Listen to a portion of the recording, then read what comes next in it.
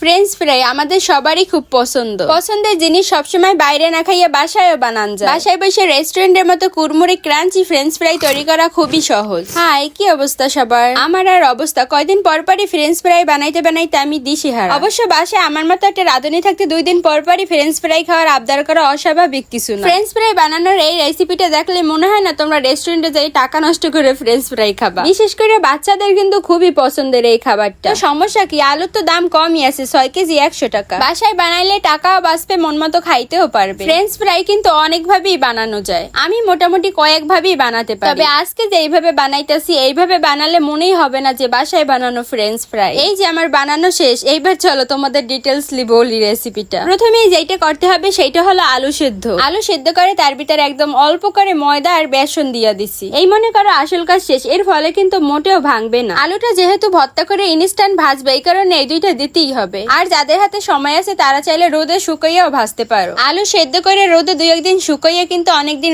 রেখেও ভাজ্যে খাওয়া যায়। কিন্তু যে কাজটা আমি সংক্ষেপেই করতে পারি তা নিয়ে আমার এত তান্না করতে ইচ্ছে করে না। তো আলু সেদ্ধ করে ময়দা বেসন সাথে কিছু মশলা দিয়ে মাখাই নিছি। প্রাণ স্বাদের মশলা, জিরার গুঁড়ি, একটু লবণ মরিচ দিয়া দিছি। আর তাতেই কিন্তু হয়ে গেছে আমার পছন্দের ফ্রেঞ্চ ফ্রাই। আমার পছন্দের হইলেও আমি কিন্তু নিজের জন্য বানাই না সহজে। কিন্তু যে আমাকে বাসায় একজন আছে যারে ফ্রেঞ্চ ফ্রাই না করে দিলে বই পড়বে না, অন্য কোনো খাবার খাবে না, এটা করবে না ওটা করবে না, সবকিছুতে খালি এই খাবারটার বাহানা করবে। তার খুবই পছন্দের খাবার এটা, যার জন্য কয়দিন পরই বানাতে হয়। এই জন্য এক সময় এক ভাবে বানিয়ে দিই। বাচ্চারা কিন্তু আলু দিয়ে কিছু বানালে সেটা অনেক পছন্দ করে। বাই দ্য ওয়ে, তোমাদের আবার কোশ্চেন থাকতে পারে এমন লম্বা লম্বা করে কিভাবে বানালাম? খুবই সহজ, মোটা করে আগে একটা রুটির মতো বানাবা, তারপর ছুরি দিয়ে সোজা করে কাটতে নেবা, তারপর আর কি সস লাগাইয়ে মজা করে খাবা।